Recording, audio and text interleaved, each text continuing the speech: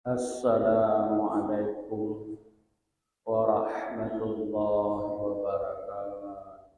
Innal hamdalillah nahmaduhu wa nasta'inuhu wa nastaghfiruh wa na'udzu billahi min shururi anfusina wa min sayyiati a'malina. May yahdihillahu fala mudilla lahu. Asyhadu an la ilaha illallah wahdahu la syarika lah. Wa asyhadu anna Muhammadan abduhu wa rasuluhu la nabiyya ba'dah. Allahumma shalli wa sallim wa barik ala sayyidina Muhammad wa ala alihi wa sahbihi ajma'in. Ya ayyuhan nas usikum wa iyaya bitaqwallahi faqad fazal muttaqun. A'udzu billahi minasy syaithanir rajim. Bismillahirrahmanirrahim. Ya ayyuhalladzina amanu qu anfusakum wa ahlikum nar. Sebagai langkah yang pertama dan terutama, mari kita selalu bersyukur, meningkatkan iman dan takwa kepada Allah Azza wa Jalla. Kemudian selawat beriring salam kepada Rasulullah sallallahu alaihi wasallam, kepada keluarga dan sahabat beliau sekalian. Taklim khatib kepada imam masjid, kepada badan kemakmuran masjid dan seluruh jajarannya, kepada remaja masjid dan kepada seluruh jamaah Jumat yang diberkahi oleh Allah Azza wa Jalla. Semoga amal ibadah Allah terima. Judul tausiah, refleksi kepemimpinan kita. Kenapa judulnya yang keangkat? Karena baruban terpilih oleh bedanya pemimpin. Namun kadang-kadang lupa bahwa roh juga pemimpin. Makna refleksi melihat mundur. Tarenung takalan uliket betul. Kaum muslimin yang diberkahi oleh Allah Azza wa Jalla. Kalaulah bertanya kalian dalam kehidupan sehari-hari, kepemimpinan ada 3 tingkat. Kalau dibagi secara global, ijmali atau garis besar. Yang pertama, memimpin diri sendiri. Yang kedua, memimpin keluarga. Yang ketiga, memimpin selain daripada kedua tersebut. Yang pertama, memimpin diri sendiri, yang dipimpin oleh qalbu, hati sanubari. Imam Al-Ghazali mengatakan, al-qalbu huwa amirul muta'. Hati sanubari merupakan raja yang mesti ditaati. Apabila raja tersebut ada yang nabak tanyogat, maka akan menyuruh yang baik. Apabila ada yang bak tanyo kurenggat, maka akan menyuruh yang hanagat. Dan mesti ditaati. Pada saat lakukan yang gat, jaro ingin melakukan bersedekah, tangan kanan, tangan kiri tidak bisa protes. Kemudian pada saat sebaliknya, lisan kita mengucapkan hal-hal yang berdosa, jaro ingin danyo hanju hidup babah supaya tidak berhenti, karena sentralnya, substansinya, remote kontrolnya ada pada hati. Maka baik dan tidak hal tersebut Rasulullah sallallahu alaihi wasallam telah lebih awal menyampaikannya. yaitu inna fi jasadil mudghah, sungguhnya pada diri manusia, tubuh manusia ada segumpal daging. Idza saluhal jasadu kullu. Apabila ia baik, maka akan baik semuanya. Idza fasadal jasadu kullu. Apabila ia buruk, akan buruk semuanya. Ala, ketahui, camkan, ingat. Wahyal qalbu, hati tersebut, daging tersebut yang bernama qalbu, yang tersebut dengan kanyu hati. Itu hati sanubari. Kemudian coba oleh getanyo refleksi, takalan diri getanyo, hati getanyo. Bagaimana hati getanyo bisa membawa langkah getanyo kepada kebaikan? Mampukah hati getanyo melangkah kepada tempat-tempat salat berjamaah? Pada saat dipanggil oleh muadzin, yang sebenarnya itu panggilan daripada Allah, itu terkonek hati getanyo sehingga melangkah kepada kebaikan. Pada saat di pengumuman jadwal pengajian malam setelah salat maghrib hanya sebentar, lebih kurang 45 menit, takkanlah sejam. Adakah kesempatan hati kanyo itu, wahai tubuh duk siat ni itikaf dengar ber. Kemudian adakah kita yaitu mampu melakukan kebaikan-kebaikan, atau hati kanyo banyak lalai dan lain sebagainya. Bila mana takalan pada diri getanyo, takalan uliket getanyo, bak diri getanyo yang tanyo puput. Kadang-kadang tubuh disemayang, hati galau disemayang. Artinya jasad salat, rohnya belum salat. Padahal proses salat ya cok Rasulullah, tubuh bersama roh. Namun salat kita kadang-kadang hanya tubuh saja. Roh jiwa getanyo melayang kemana-mana. Artinya kalbu menghayal. Rakyat jaro semayang, babah semayang, tubuh semayang rakyatnya. Pemimpinnya yang ada pada diri kita menghayal dan kadang-kadang tertidur. Kaum muslimin yang diberkahi oleh Allah Azza wa Jalla.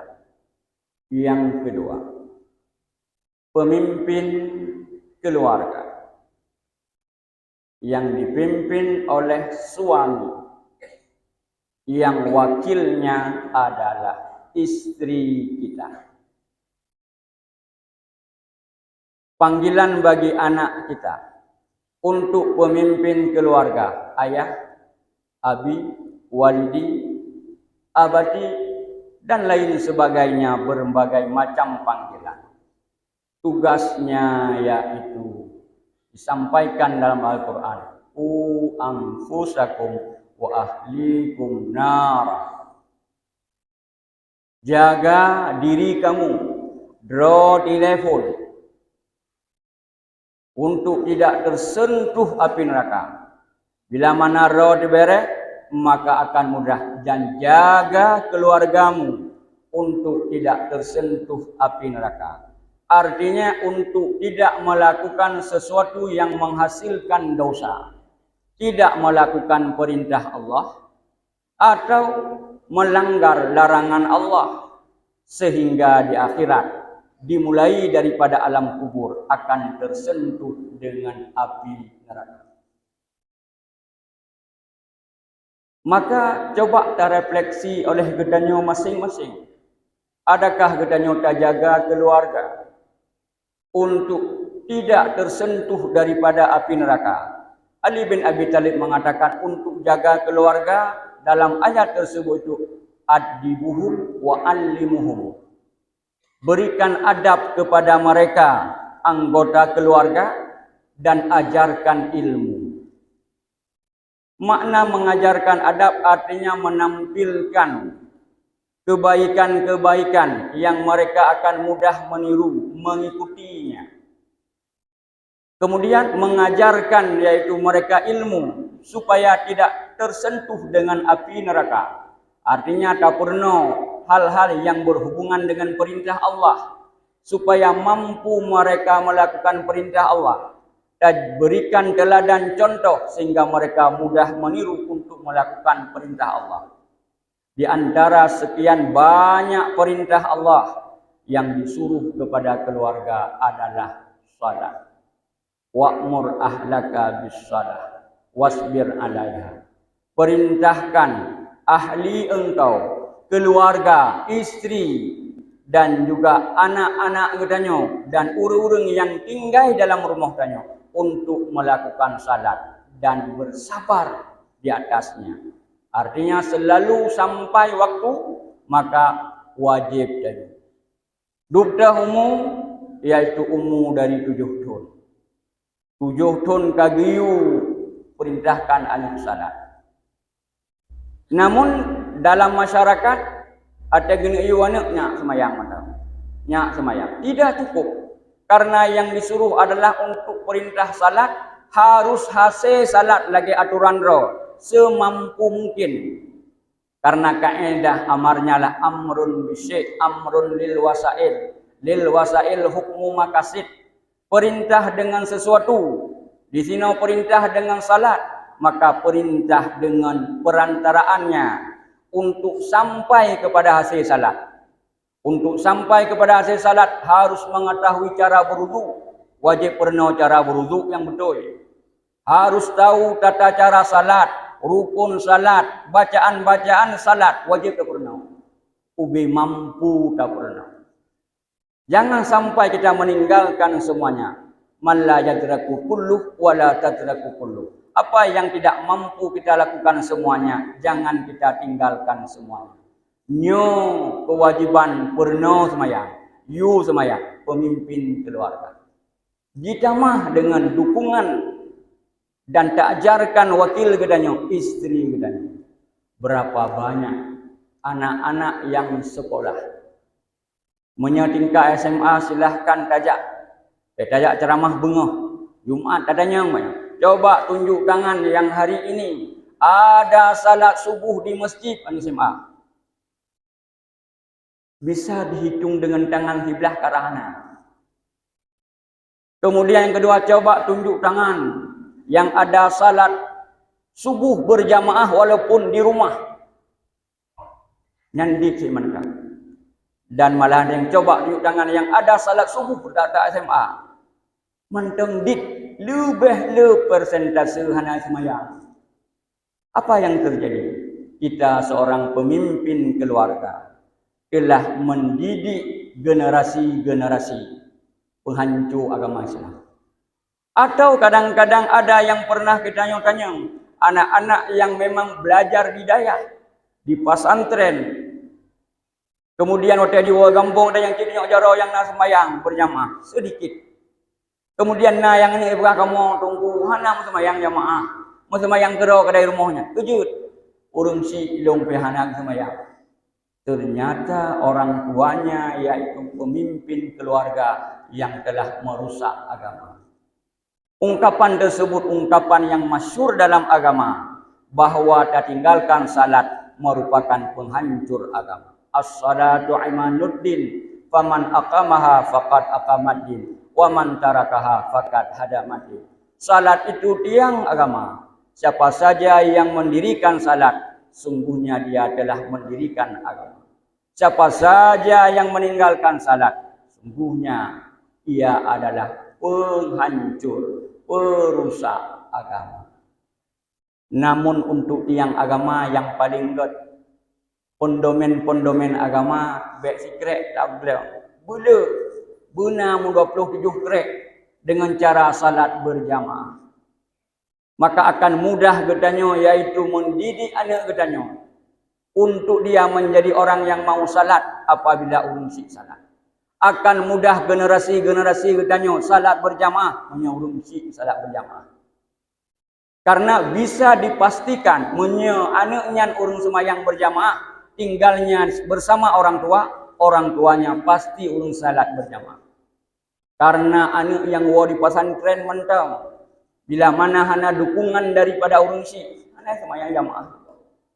Yang wa di pesantren kecuali katrib dan lain sebagainya.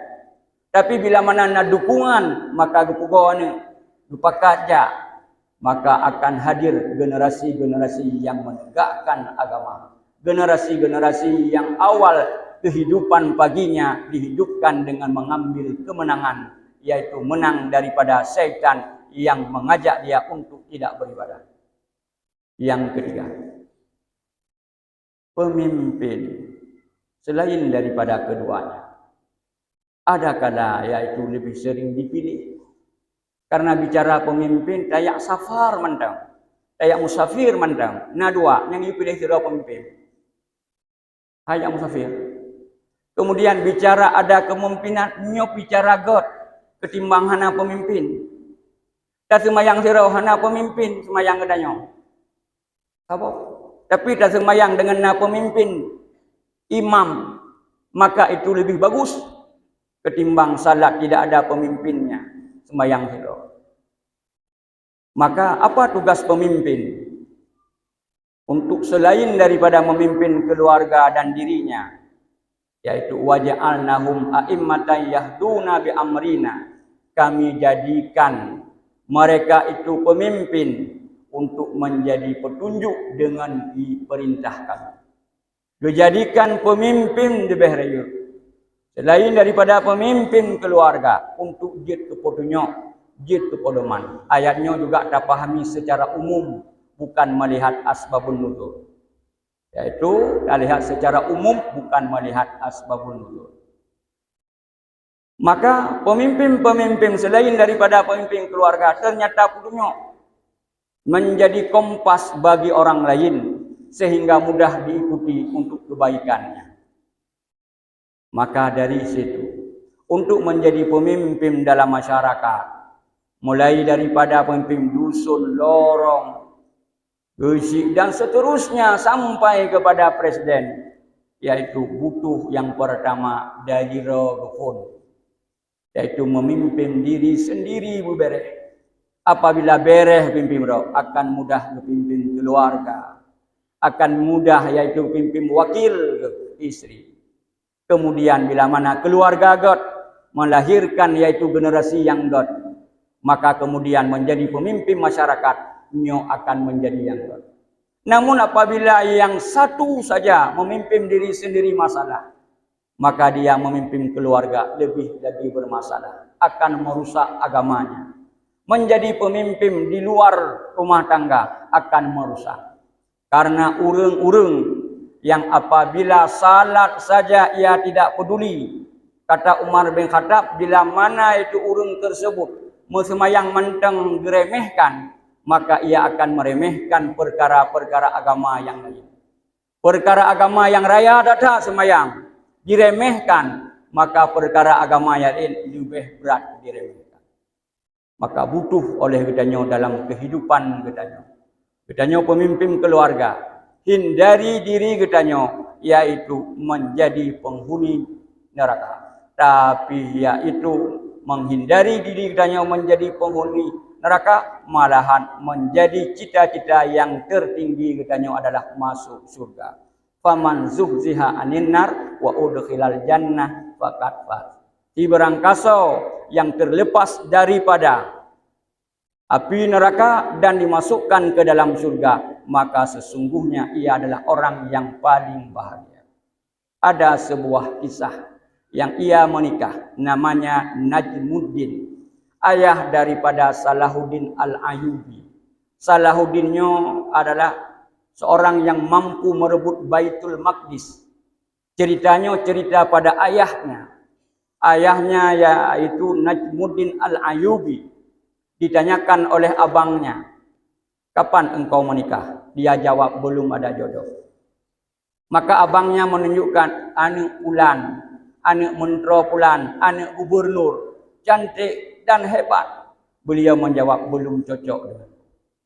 Abangnya menanyakan, kiban yang cocok? Yang cocok dengan lu, berharap akan ada perempuan yang akan aku nikahi, yaitu ia akan menggandeng tanganku ke surga.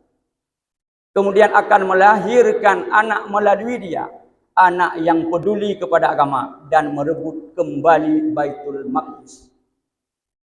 Abangnya mengatakan, Han merempok, Han ada 3 jam merempok. Najmuddin mengatakan, kalau Allah memudahkan itu akan mudah. Perjalanan demi perjalanan Najmuddin tersebut datang bertemu dengan ulama satu dengan ulama yang kedua, membicarakan tentang agamanya, membicarakan tentang solusi bagaimana merebut Baitul Maqdis yang sudah direbut oleh tentara-tentara Nasrani. Maka jadi bak sabuh masjid. Kemudian ia salat dan bertemu dengan seorang syekh. Setelah bertemu dengan seorang syekh, dia berbicara. Di pertengahan pembicaraan beliau datang seorang perempuan. Di balik tirai ataupun tabing dia salat tahiyat masjid. Setelah hal tersebut dia mengatakan, wahai syekh, ada hal yang ingin saya sampaikan. Maka syekh tersebut mengatakan, wahai Najmuddin, ada hal yang ingin disampaikan oleh perempuan ini. Maka perempuan tersebut mengatakan, maafkan saya, menolak perempuan, menolak laki-laki yang engkau utuskan untukku. Syekh tersebut mengatakan, ia akan sangat ganteng, ia keturunan hebat, keluarganya hebat. Perempuan tersebut mengatakan, tidak cocok denganku. Sang syekh qadarullah terucap di lisannya, Kibansit yang cocok, Kibansit harapan roh. Aku berharap laki-laki yang akan menjadi imamku, pemimpinku dalam keluarga, ia menggandeng tanganku ke surga. Menggandeng tanganku ke surga. Kemudian akan melahirkan seorang anak yang ia menyintai agamanya, ia berjuang untuk agamanya dan mampu merebut Baitul Maqdis. Najmuddin tersentak dalam hatinya, ya Allah, cita-citaku di hadapanku. Maka dia mengatakan, wahai syekh, mohon maaf, ini adalah perempuan yang aku cari, yang ingin aku menikahi, cita-citanya sama dengan diriku. Maka sang syekh mengatakan, ini dia adalah perempuan biasa, tidak cocok dengan engkau. Najmuddin menjawab, iya biasa-biasa saja, tapi cita-citanya luar biasa karena ingin masuk surga. Cita-cita yang tertinggi, cita-citanya luar biasa, ingin melahirkan generasi anak yang cinta agama dan anak yang berjuang, berjihad untuk agama, merebut Baitul Maqdis. Maka menikah dan kemudian lahirlah Salah. Apa pelajaran yang kita mau ambil? Ini adalah Najmuddin orang yang pribadinya baik karena dipimpin oleh hatinya yang baik. Kemudian ia berkeluarga dengan perempuan yang baik.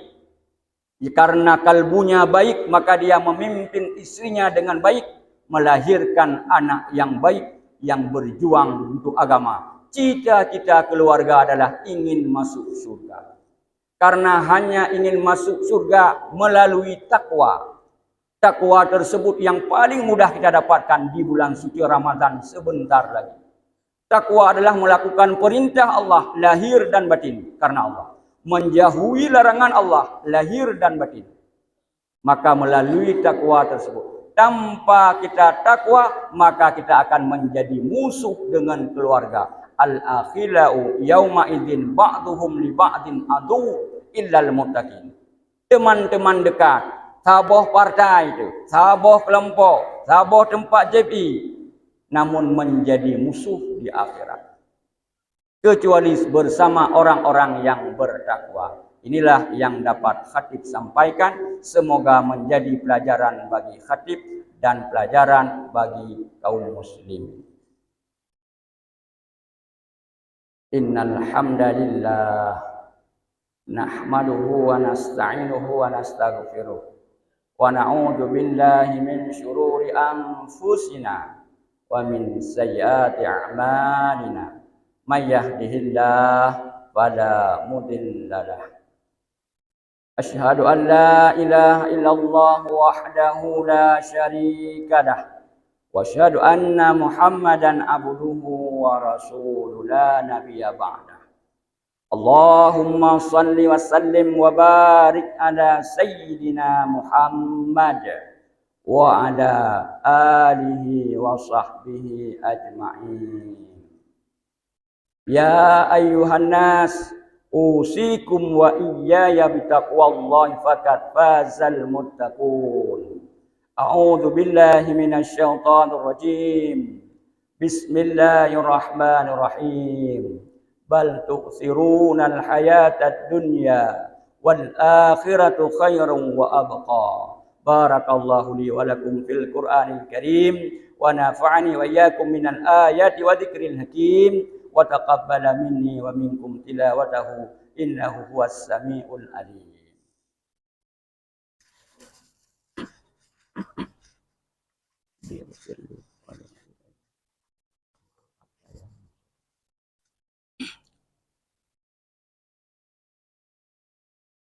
Alhamdulillahi Rabbil Alamin. Wabihi nasta'inu ala umuri dunya waddin. Ashhadu an la ilaha illallah wahdahu la syarika lah. Wa ashhadu anna Muhammadan abduhu wa rasuluh. Allahumma salli wa sallim wa barik ala sayyidina Muhammad wa ala alihi wa sahbihi ajma'in. Amma ba'du fa ya ibadallah ittaqullaha haqqa tuqatih wa la tamutunna illa wa antum muslimun. A'udzu billahi minasy syaithanir rajim. Bismillahirrahmanirrahim. Innallaha wa malaikatahu yusalluna 'alan nabi. Ya ayyuhalladzina amanu sallu 'alaihi wa sallimu taslima. Allahumma ghfir lil muslimina wal muslimat wal mu'minina wal mu'minat al ahya'i minhum wal amwat. Allahumma la tuzigh qulubana ba'da idh hadaitana wa hab lana min ladunka rahmatan innaka antal wahhab. Rabbana hab lana min azwajina wa min dzurriyyatina qurrata a'yunin waj'alna lil muttaqina imama. Rabbana zalamna anfusana wa illam taghfir lana wa tarhamna lanakunanna minal khasirin.